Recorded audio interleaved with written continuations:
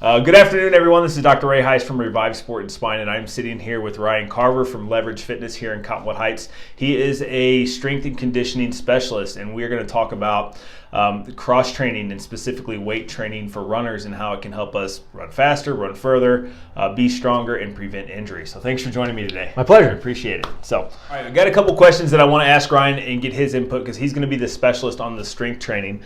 But the first one, as endurance athletes, should we weight train? How often should we weight train? And more specifically, when we're working towards like our goal race or we're in the off season, what's different there with weight training? So yes, you should do weight training. It's going to really help you avoid injuries, get stronger, run better, improve your economy of your running and your stride. But more than anything, as far as how many times a week, 2 to 3 times a week is sufficient. You don't need to go kill yourself doing something every day. Yeah. 2 to 3 times on a structured program is going to be plenty. And that's regardless whether you're off season or on season. It just depends on what you're going to be doing during that time.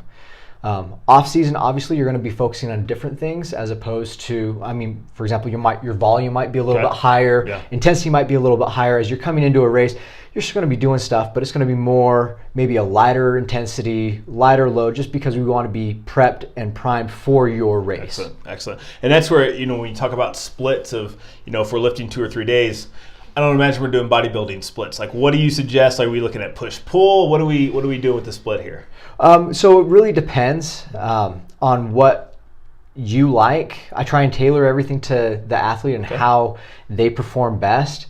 But usually if you're hitting 2 to 3 times, it's actually going to be a total body workout. Okay. You want to hit each major muscle group at least twice a week. So if you're coming twice, it's going to be a total body routine every time you come in. Okay. But really with more emphasis on the movers that you need. Okay. So would you be looking at, equal upper body and lower body? Because, generally as runners, it's primarily a lower body exercise, right? So those can be thrashed, sometimes in the season. Would you look at maybe more upper body for that, or where do you go with those? So we'll still do a little bit more leg stuff, just because those are your prime movers.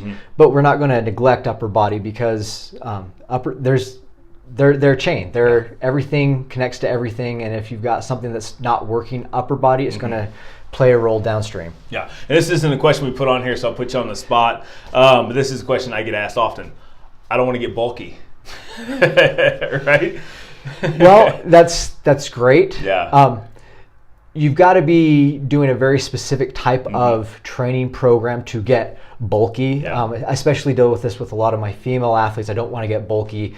For females, they usually you don't have the type of hormones in your body to get bulky for the most part. It's really, really, really hard unless you're taking something extracurricular. For most guys, not really going to be an issue as long as especially if it's an endurance runner, you're going to be doing enough volume and aerobic conditioning. You'll probably see some changes in your musculature, but you're not going to be looking like Arnold anytime soon. Yeah, and that's one thing, as it gets brought up is you have to change how you eat, how you're actually lifting, decrease how much you're running to be able to even think about putting on really any weight, that would consider, making a runner slower or making them bulky. So I get that question a lot, and it's a legitimate concern for some people because I don't want to strength train because I'm afraid that I'm going to gain 10 pounds of muscle, which we could all hope for, but it just doesn't work that way. And that's, that's where, having a specialist really comes in to work with that of knowing what specific exercises and muscle groups are important for you, for the runner and what your specific sport is, right? Because you're going to train a rugby player different than you're going to train a runner, right? Precisely. There's a difference in what they want to do and what their goals are. Exactly. And just because you lifted a certain way in high school doesn't mean you should be lifting the same way now.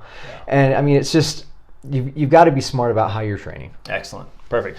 So on to our next question. So as we're continuing to talk about just, specific exercises and things, what about reps? So, there's this debate of should I do sets of 20, 25, or should I do a lot of weight and do a little bit of reps? What's your take on that? So through the training year, your annual plan, you should be doing both. Okay. You want to be strong in all your rep ranges, but typically when I'm dealing with endurance athletes, for example, running, triathletes, you're getting enough repetitions doing your sport. Yeah. Running, cycling, there's thousands upon thousands of tens of thousands of those strides, of those repetitions that you're getting. So when as a strength coach, I look at how much volume your body's getting overall. Yeah. And when I only see you for a short amount of time, I earn the other side. You're already getting way more repetitions. Yeah. So typically, we'll go a little bit heavier Okay. with less reps. It's going to be easier on your body. And it's actually been shown to be more beneficial for increasing your running economy. Mm-hmm. Absolutely. So that's where we go. Perfect. Well, we're on the same page, obviously, for the people that know me, that come through here. And I've yet to meet a person that comes to the office that couldn't be more flexible and that wouldn't benefit from being stronger. Yeah. I mean, that's just the nature of it. I think both of us and everybody that is watching this right now or will see this is you can be stronger, you can be more mobile, you can also be faster, and you can enjoy what you're doing more too if you're on the right path in the right direction. So kind of going along with what you said, I see most runners, I think, are afraid of putting on muscle because it's just weight that they have to carry. Yeah. And I think it's a misperception because more muscle is essentially, more horsepower in your tank. Yeah.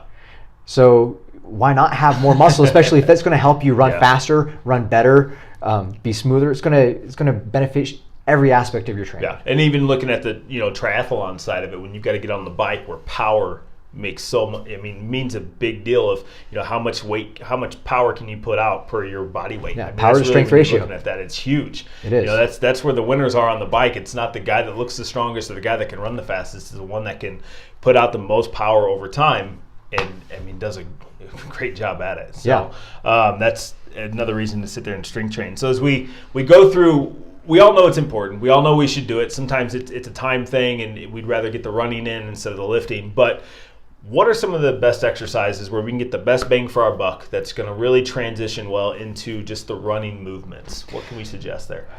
So I have kind of 5 go-tos that I always like to recommend. Okay.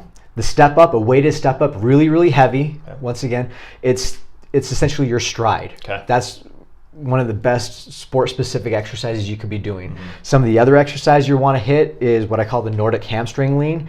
Great for preventing those hamstring pulls that are very, very frequent. Yep, absolutely. Also want to make sure you're getting some hip stability, core stability, and I'm not talking just the typical plank. We'll talk about this. It's usually a stir the pot or roll out motion. When you're running, you have arm and leg movement, which is going to challenge your core. Yep. So we try and bring in a little bit of both to challenge your core in a very similar, safe manner. And then, so we have some type of core exercise, hip exercise, leg exercise, and then front of the shins. So many runners complain about shin splints. Yeah. So working the front of the shins, it's not glamorous, it's not sexy, but it's great to prevent injuries. Yeah, absolutely. And that's just in line of about everything that comes through here. You got your hamstring strains, everything almost comes from the hip. That's really a huge area, and it's usually a strength deficiency or it fatigues too fast because there isn't much endurance. So I'm excited to see what these exercises look like. We're going to put them on the back side of this video so you can see what they are, but I'll let you demonstrate them. You're a little bit more prepared for it than I am today. So.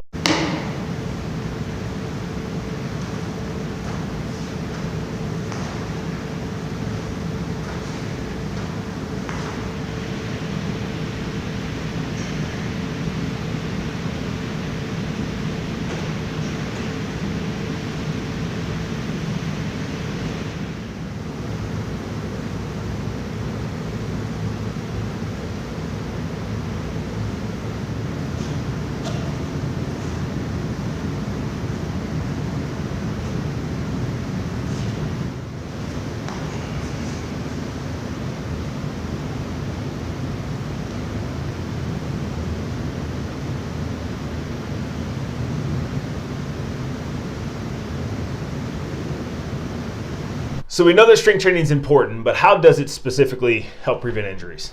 Well, so a lot of different things. So when we're strength training, it's not just about getting strong. It's not just a meathead mentality. We look at what your weaknesses are. And oftentimes with endurance athletes, you have so many repetitions. The first couple repetitions right off the starting blocks or right out of the gate are going to be different than come 10 miles, 5 miles, but you don't realize it because you're starting to fatigue. Yeah.